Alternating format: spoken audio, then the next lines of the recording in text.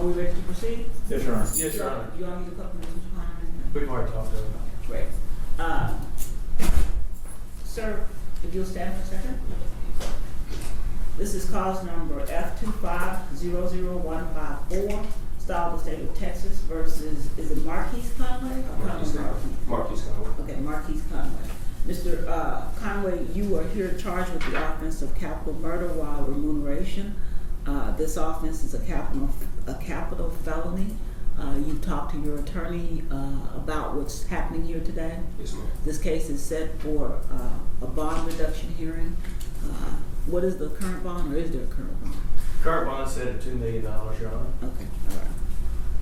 And your attorneys are here today asking the court to reduce your bond. You understand that's what Yes, this ma'am. hearing is about? Yes, Okay, ma'am. all right, have a seat.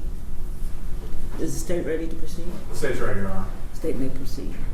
Your Honor, at this time, the state would offer into evidence for the purposes of this hearing, State's Exhibit Number 1, which is the PC or probable cause affidavit for Kewan White. That's K-E-W-O-N, White, common spelling. State's Exhibit Number 2, for purposes of this hearing, would be the probable cause affidavit for Devin Brown. State's Exhibit Number 3 is going to be a video of the offense. State's Exhibit Number 4 are going to be the bond conditions that were placed on the defendant, in this case on March 21st of 2025. State's Exhibit Number 5 is going to be the PSA weighted scale score that was given by Dallas County Pretrial Services on March 25th of 2025. And then State's Exhibit Number 6 will be the confidential affidavit of financial condition that was filled out by the defendant. That's State's Exhibit Number 6. No objection, Your Honor. States Exhibit 1 through 6 are admitted. And we'd ask the court to take just judicial notice of the probable cause affidavits and having been able to review them prior to this proffer. So noted. Thank you, Your Honor. Based off of an agreement with defense for the purposes of this hearing, I will also proffer the following information. To start, before I forget, the state did run a complete criminal history of the defendant, including both juvenile, misdemeanor, and felony criminal history. That information was ran yesterday. The court may notice that in State's Exhibit Number 5, the PSA from Dallas County Pretrial Services, that there is an affirmative when asked about prior convictions. I believe it specifically mentions felonies. I will represent to the court based off of all the information and reviewing all of the evidence that we have at this time. The state can find no prior misdemeanor convictions or prior felony convictions for the defendant, either as a juvenile or as an adult in the state system or the federal system. We would also proffer the following information, Your Honor. A state's witness will testify to being present for a conversation about the payment for the murder of Melvin Noble. This conversation took place in the days following Mr. Noble's murder in November of 2020. A state's witness will testify to the individuals present and involved in this conversation. The state's witness will also testify to Marquise Conway, the defendant, being present and involved in this conversation. The state's witness will testify to the amount of money that was to be paid for the murder. A state's witness will testify to the individuals responsible for the payment. That state's witness will also testify that Marquise Conway was one of the individuals responsible for a portion of that payment. A state's witness will also testify to the individual who would receive this payment. The state's witness will testify that Kewan White was, in fact, the individual to receive this payment, who was originally indicted in State's Exhibit Number 1, the probable cause, which is before this court. state's witness would also testify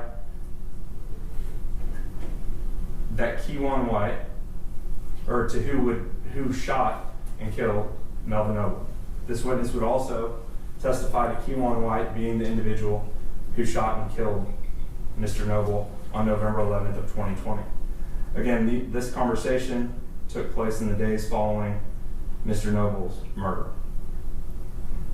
The state has also had an opportunity to review bank records of the defendant, Marquise Conway. These records would show that the defendant drew $40,000 in the days following the murder of Melvin Noble. And for the record, that was a cash withdrawal. These records would correspond to the exact amount which the state's witness would testify to. In reviewing these records, the state also became aware and believed that they would show that the defendant had anywhere between $800 and $900, but more specifically, $870,000 between a checking account and a savings account with one particular bank. 370 of which was in a checking account, a little over 500,000 which was in a savings account.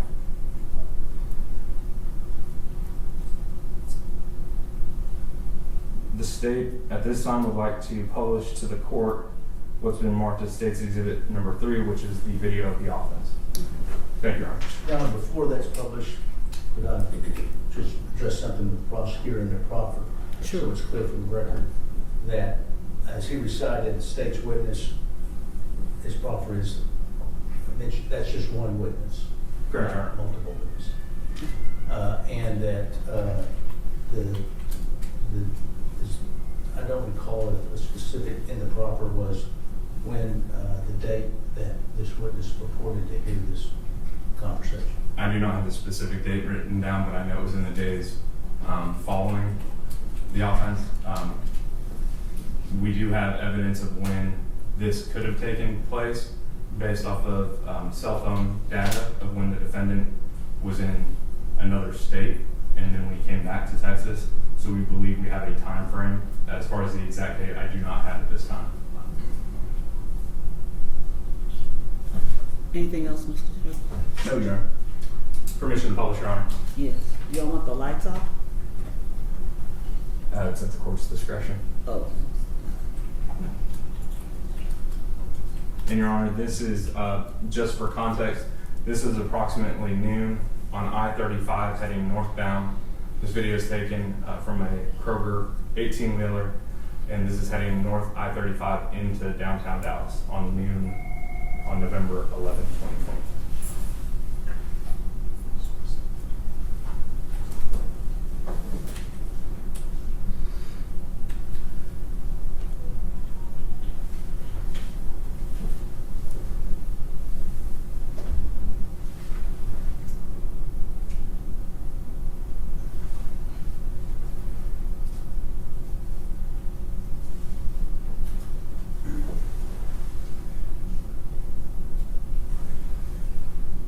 Now, Your Honor, if I could draw the court's attention, if you look on I've stopped this video at 19 seconds. You see a gold sedan in the far left lane and a black sedan in the second lane to the left. The gold sedan will be the vehicle carrying the victim, and the black sedan is the vehicle driven by Keywan White, who is then the shooter, based off of the evidence we have. Okay.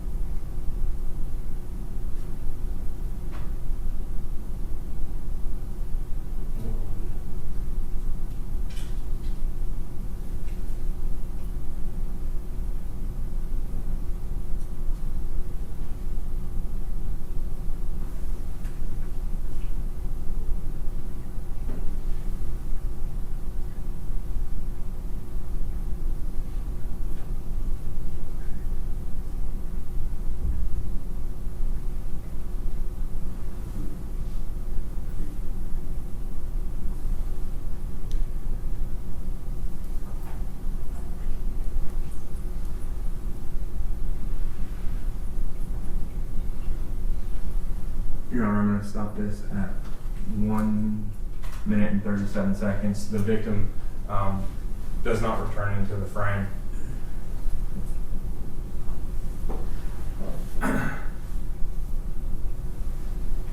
The only other things that the state would like to proffer as far as this bond hearing, since the court does not have a probable cause affidavit, of course, since it's a grand jury referral, defendant Kewan White was also indicted. You do have his murder probable cause affidavit from 2020. He was also indicted at that same time in cause number F2175377 for Dr. Randall Graham, who also sustained injuries, a neurosurgeon who was heading north on I-35 that day and was struck as well. However, he did survive. And finally, Your Honor, the last thing that I would proffer at this time would be that there were a total of 44 fired cartridge casings, all from the same style of firearm as far as the caliber that were recovered on the freeway on November 11, 2020.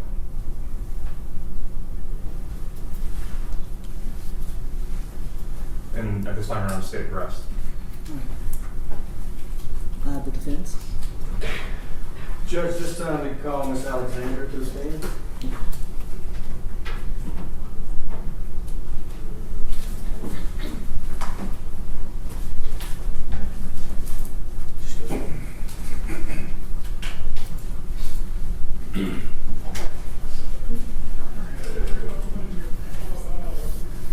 And raise your right hand, please. Do you swear or affirm that in all matters before the court you will tell the truth, the whole truth, and nothing but the truth? So help you God. I do. You may be seated. May I proceed, Your Honor? Yes. Ms. Alexander, could you introduce yourself to the court and spell your last name for the court reporter? Yes, my name is Alma Jean Alexander, Alexander. I'm Marquis' grandmother. Ms. Alexander, are you currently employed? No, I retired from Dallas County in 2014.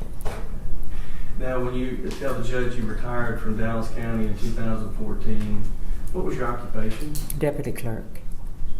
And just for the record, a deputy clerk, what does a deputy clerk do? Process paperwork from the attorneys for the judge. Basically handle the paperwork for the courts. And this is a building that you were employed, is that correct? Yes, it is. And back in the clerk's room, where in the old days we had a lot of paperwork, lawyers would take the file, take it back to the clerk. You would handle the file stamps and put all the papers into the file And type up the judgments. Type up the judgments. Can we back up a little bit? Just tell the judge a little bit about where were you born and when did you move to Dallas County? I was born in Washington, Arkansas. I moved to Dallas County when I was 11, so I've been here like 63 years. And being Marquis's grandmother, could you explain the dynamics of your family as far as where are they located and how many grandchildren do you have and where does Marquis fall in the family relationship? Okay, Marquis was my first grandson, first grandchild. I have 11 grandchildren and 8 great-grands. Of course, Marquis being the first grandchild, we were always close because you're excited with your first grandchild, so you try to do everything you can and instill in them good values.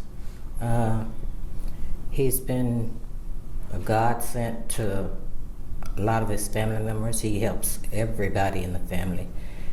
I know it's hard sometimes because when you have people pulling on you and you're just trying to stretch money, you know, it doesn't always pan out. But he's always helped whenever needed. He's just been... Let me interrupt you just a minute. When you say, let's just go back a little bit.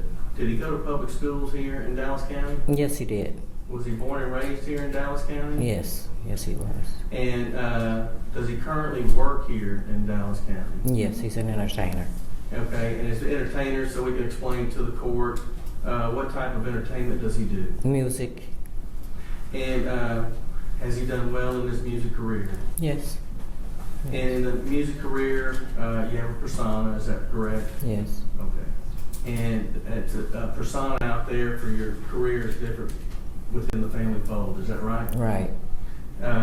Him being your grandson, did he go to church here in Dallas County? Yes, he went to church with me often. That was one of my requirements when he'd spend the weekend. And how often do you talk and have a relationship with Marquise? When he's in town, 2 or 3 times a week. When he's out of town, sometime once a week. His relatives, are they here in the courtroom today? Yes. Yes. And is his mother back there in the courtroom? Yes, she is. Okay. And for the record, could you just tell is that Miss Kimberly Rush? Right. Is his family here? Are they all here in Dallas County or Dallas-Fort Worth Metroplex? Vicinity, yes. Are you here to just tell the judge he has sufficient ties to this community? Yes, he does. He does. Now, as far as, does he have any children? Yes, he has 2 sons, And how old are his children? 5 and 7. Is he, have you observed him being involved in his children's life? Yeah, we go to football games for the little ones all the time. He's always got them in sports. Okay, so he's out there in the community coaching up his sons and other kids that play on the football team. Yeah, I call him the Joe Jackson of the sports. You call Joe Jackson being Marquise?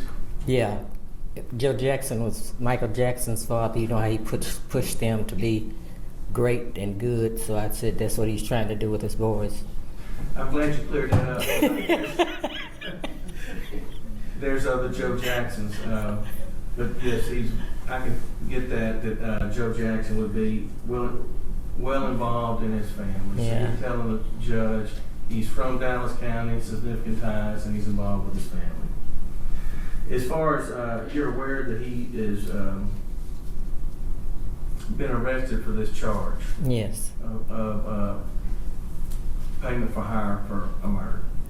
And this happened back in 2020. You're aware, you saw the video and you heard the prosecutor talk about Yeah, on Facebook. their version of the facts. Right. How long has he been in jail? Oh, 8 days since last Thursday. The bond set at $2 million. Has he been able to post that bond and get out of jail? He's still sitting here. No, he hasn't. We're asking the court for a $250,000 bond based on, do you believe that Mr. Conway could post a $250,000 bond? I'm pretty sure we can get it together. And are you telling this court that he's not able to post a $2 million bond? No, he's not. That's the witness. Cross-examination. Yes, Your Honor. Good morning, Ms. Alexander. Good morning. My name is Tommy Adams. If you have any questions with my questions, if I don't form them in a good way, please just ask me to repeat myself and I will do so, okay? Okay. I appreciate you being down here. I'm sure this is not an easy day for you. So, thank you. You worked for the Dallas County within the clerk's office up until 2014, correct? Correct. Now, Ms. Alexander, are you aware that there was a bond schedule that judges could set bonds on different level offenses within this courthouse? Yes. And are you aware that that bond schedule has since been done away with and was subject to a federal lawsuit against all of the district judges within Dallas County? No. Okay. Now, when you talk about your grandson being an entertainer, I mean, he's more than just an entertainer, correct? Yes. He's in fact a double platinum artist, correct? Right. Now, going back to 2020 and the years leading up to that, well, let me ask you this. Are you aware of your grandson owning a 2017 Denali? Yes. And what is that Denali, what is special about that Denali? It's bulletproof. It's bulletproof. Now, Ms. Alexander, I can't imagine in all your years working here at the clerk's office that you ever felt like you needed a bulletproof vehicle. I don't need one. Now, Ms. Alexander, would you agree with me that in 2020 and the years leading up to 2020, that there was a lot of stuff going on in the city of Dallas surrounding, and to be quite honest, our victim Melvin Noble and your grandson Marquise Conley? I try not to delve into Facebook and hearsay because I know him for myself, so Well, let me ask it this way: are you aware your grandson was shot in Plano? yeah, I was there. You weren't there at 3 a.m., were you? I was at the hospital. Correct. Okay.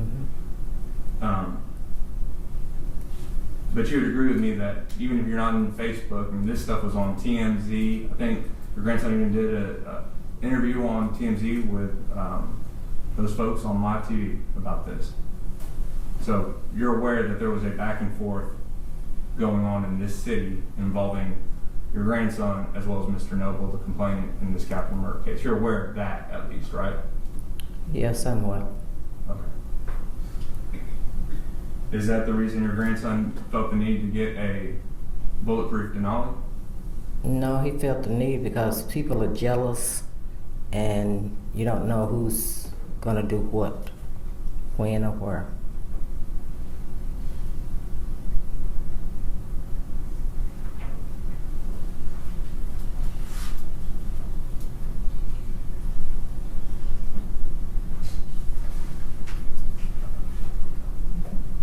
Now, are you aware of whether or not he had to, if a Denali comes that way off the lot, or do you have to actually pay money to get something like that done?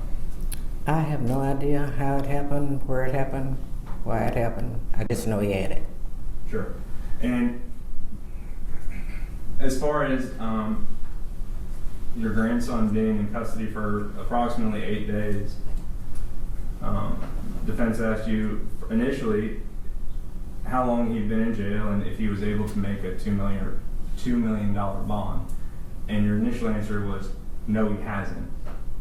And then when they followed up with whether or not he can make a $2 million bond, that's when you said, no, he cannot, correct? Right. Now, especially with all of your experience here in the county and working in the clerk's office, you're aware that when somebody has a $2 million bond, they can pay only 10% of that, correct? Yes. With the bondsman's help. Now, your grandson is a double platinum recording artist, correct? Correct. And he lives in a mansion in Frisco, correct? Correct. And he has houses in other states, correct? And I'm not aware of that. Are you aware of him paying and helping to support other individuals in the family and also extended family and friends? I'm not into his business like that. You'd agree with me that your grandson is substantially well off, correct? He might used to be, but if he could make a $2 million bond, he'd be out. Would you agree with me, though, that there's a difference between can, want to, and choosing not to? I'm aware of all of those things, but I know he don't want to be in here, so I know if he could afford it, he'd be out. Plus, he has other bills. He don't just have money laying around. Sure. Now, Ms. Alexander, you testified that your grandson has significant ties to this community, correct? Yes. Born and raised in the greater Dallas area. Correct. As far as how much time he spends in the city of Dallas, or more or less Dallas County and the surrounding areas at this point, do you know approximately how much time he spends in the greater Dallas area per month? I'd say 3/4 of the time. 3/4 of the time.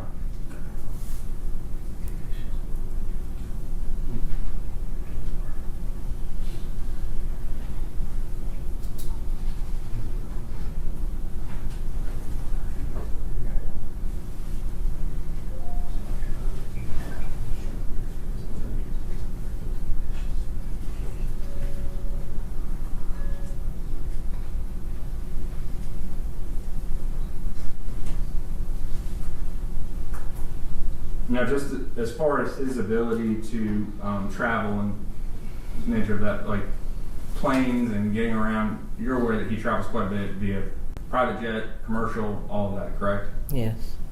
And does he have access to his own private jet? No.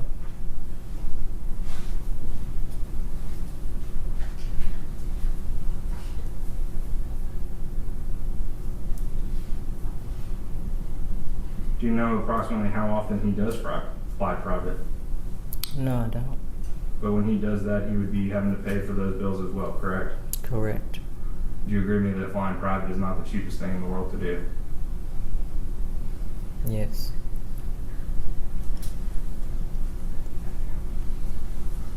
Nothing further from the state law. Anything else from Ms. Goodens? No further questions, Your Honor. All right, thank you, ma'am. You can step down.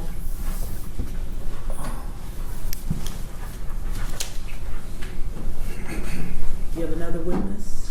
Judge, I was going to make the proffer we discussed back in chambers. May I make a proffer, Your Honor? Yes. Judge, a lot of us have been down here at this courthouse for 30 years. I'm not going to go over the law. I know you understand the bail bond and how we have a new law. I just wanted to point out in some of these cases where there's high profile, in the state versus Michael Lucky, that was a capital murder case. That was in Criminal District Court number 7, the court that we're in. That was a high profile case. That case involved an NBA player that was initially set by the magistrate in the jail with a probable cause affidavit, where they had knowledge of the facts from what the police said. And that bond was originally set at $500,000. It was later reduced by the court to $100,000 with conditions. Co-defendant in that case, Larry Jenkins, cause number F2076397. This is the same set of facts case where the magistrate with a probable cause affidavit set it for $750,000. Another case in the state of Texas versus Antoine Franklin, capital murder case 522-76141. This involved a famous football player out of Oklahoma. That case was set by the magistrate for $500,000. Again, probable cause affidavit. It was later reduced by the court to $200,000. Judge, in dealing with the bond schedule, you have bond conditions here that require electronic monitor. They have several conditions with probation, check-in, and curfews. We're proffering to the court here that the court has set bonds down here in Dallas County where the typical murders range between $150,000 and $200,000, and a capital murder can range, in these cases, in between $500,000 and $750,000, where the magistrate set them. The thing in this case that we're proffering, the magistrate had no probable cause affidavit. They had no facts, and in this case, we're asking the bond to be reduced in these facts. We'll argue here, but I just want to proffer those 3 cases. All right, anything else? We're closing and we'd just like to argue. Okay, state. Your Honor, I would just, if I could, just briefly, I would also like to proffer just 2 cases since defense has brought up some cases that have come here from Dallas County. The first one I would like to bring up is F2475475. Defendant's name is Chaz Booth out of the 194th Judicial District Court. He's currently sitting in jail on a capital murder charge for $2 million. That defendant is not a celebrity, a basketball player, a football player, a musician, an artist, or anything like that. Okay, what's the bond on that one? $2 million. Oh, $2 million. He is a 20-year-old who is charged with capital murder. Additionally, we have Jordan Owens, who was recently sentenced F2377243, also a capital murder, and his bond was set at $1.5 million, and I believe that was in the 282nd Judicial District Court. And that's, as far as cases, I'm not going to keep going through. I'm not going to go back and forth, so that's all we have as far as rebuttal and trial. Your arguments? We'll waive and reserve the right for a rebuttal. All right. Judge, I'll begin and then Mr. Cusio can finish up with our. Your Honor, as you know, under 1715, the court considers certain facts in the bond reduction hearing and determining whether to reduce the bond. Here in this hearing, the court has before you been introduced 2 arrest affidavits. There is not the arrest affidavit of our client, that does not exist, but you do and have reviewed the arrest affidavits of Kewan White and Mr. Brown. Those arrest affidavits were taken on Kewan White was December 8, 2020, Devin Brown, March 18th of 2021. Now, the offense itself is approximately 4 years and 4 months ago when it occurred. You carefully reviewed those affidavits and set out how the offense, and you saw the video. Nowhere in those affidavits is there any mention of our client, any mention of his role, any mention of connection to this case in either one of those affidavits that you have before you that you can consider. As far as the proffer given by the state, they choose what they can proffer. They said they have one person who overheard a conversation after the incident that happened on the highway in which he heard money being discussed and our client present at that during that conversation about paying money. You received no information in the proffer as to the credibility of that witness, if they have a bias or a motive for coming forward now at this time, 4 years, 4 months later, with this information. You only have you don't even have a proffer that this was a confidential informant, which you know requires some type of vetting, just that it's a person who said they were present during this one conversation. And that's the only evidence that you have before you this hearing that connects them to this offense. The state also proffered a bank record that said there was after the incident in November of 2020, there was a withdrawal of $40,000 cash. No proffer was made as to if that money, if there was traced anywhere to the other defendants charged in this offense. You've received no information of a text message, any message on social media platform that our client paid for this murder, any type of remuneration, no recording of any sort, just this person who came forward and said he overheard this conversation. As far as the bank records go, the only thing in evidence before the court are records that were back in 2020 when they quoted 2 different accounts which accounted for $800,000. You've heard no evidence as to his current financial bank records and what is in there. You only have before you testimony of the defendant's grandmother who told you he cannot make the bond, has not been able to make the bond, he cannot make a $2 million bond. I'll let Mr. Busio finish with the other parts of the argument. Judge, thank you. I'm not going to go back over what Mr. Shook said. What the court has before you is a case that's been investigated for 5 years, and my client, Conway, is a citizen in this community that has no flight issues. He has not left this community. He stays in this community. His family is sitting right back here in the courtroom that showed up for the support in this community. A big factor of this is that he has significant ties to this community. The current bond conditions that you have in place with a leg monitor would be whatever concerns that the state may have or the court may have to know where he is. His grandmother has worked down here and understands how to communicate with the court. We have people, and the bond restrictions of that, the court is aware of how significant the bond restrictions are in keeping them and writing a bond. Judge, we're coming at this this is a significant, oppressive, and punitive bond and under the law, in our opinion. We believe that the magistrate, when she set this bond, did not have any evidence in front of her and set it high. We also believe that after 8 days, had he had the money, he would have posted it, and he's sitting here in jail. And that those cases that the state and I have talked about.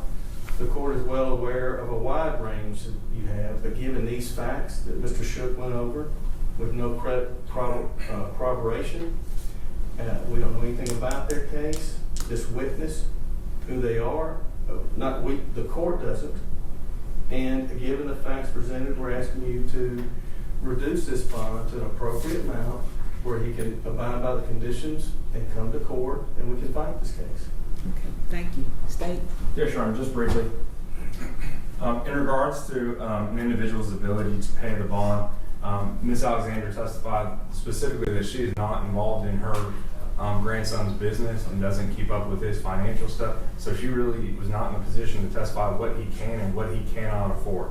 She did testify to the fact that he is a double platinum, I believe as of recently 2 weeks ago, recording artist, that he travels about a quarter of the month, that he lives in a mansion in Frisco, that he drives a Denali, a bulletproof Denali, which also will lead into safety concerns.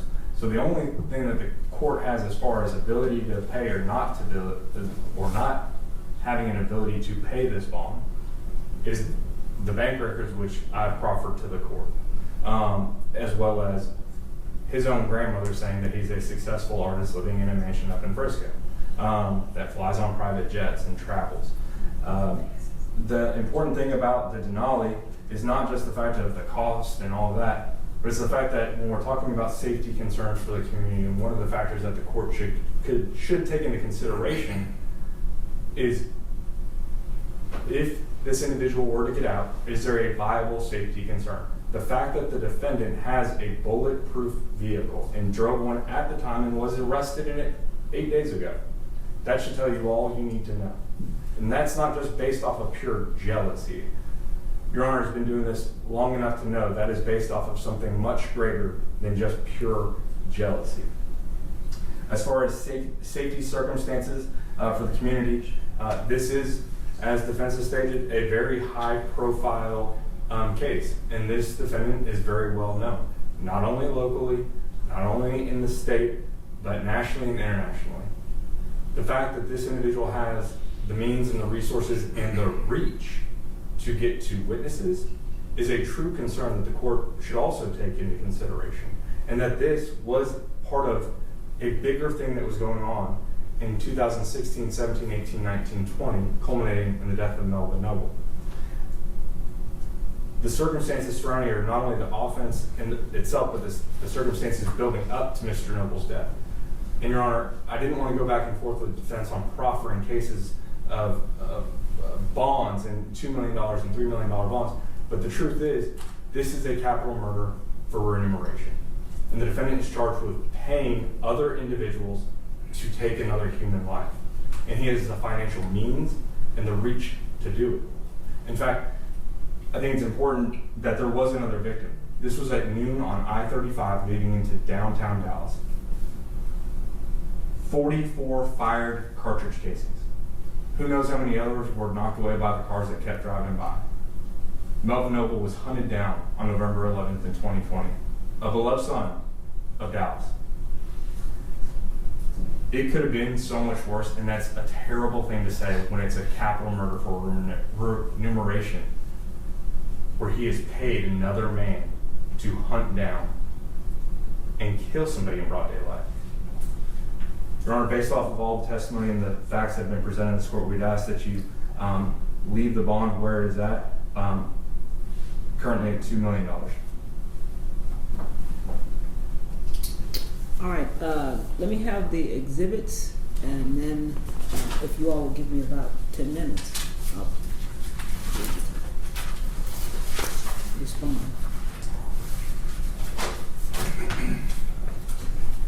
God, Brother Your Honor. Yes. The defense did not have any exhibits, right? No, Your Honor. And this is just the video, right? That Yes, I'm sir. gonna see. Anything else that I need to take with me? And you had 1 and 2 still.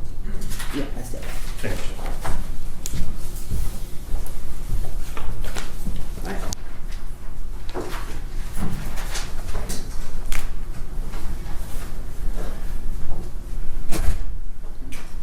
Okay, the court, is the court order ready? Yes, Judge. All right, the court's ready to make my ruling. The court is going to reduce the bond to $750,000. The court took into consideration, certainly, the biggest consideration was the offense, the severity of this particular offense. It's pretty egregious to watch that video. But the court also took into consideration the evidence or lack of evidence that the state presented. That was a factor also. Another concern I had was the financial statement that the defendant was to put on file. He didn't seem to take that very seriously at all. And that causes me concern about whether or not he's taking seriously the allegations against him. So I am going to set the bond at $750,000 with the bond conditions that were already set. But included on that, I want it to be very clear, Mr. Conway, that you are to have no contact, direct or indirect, no threatening or harassment of any victim, witness, co-defendant. If it's you or anybody on your behalf, there's going to be a problem. Do you understand that? Yes, ma'am. Okay, you all can stand. I'm talking to you now. So that's going to be a concern. And then I want to make sure that you provide the court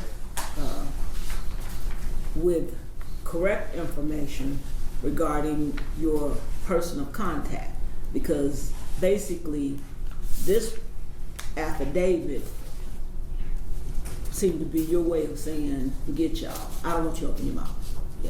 Yeah. Seemed to be your way of saying, forget y'all. So you need to provide correct, accurate information regarding who is your person of contact should there be any type of problem. I hope that you're taking this seriously.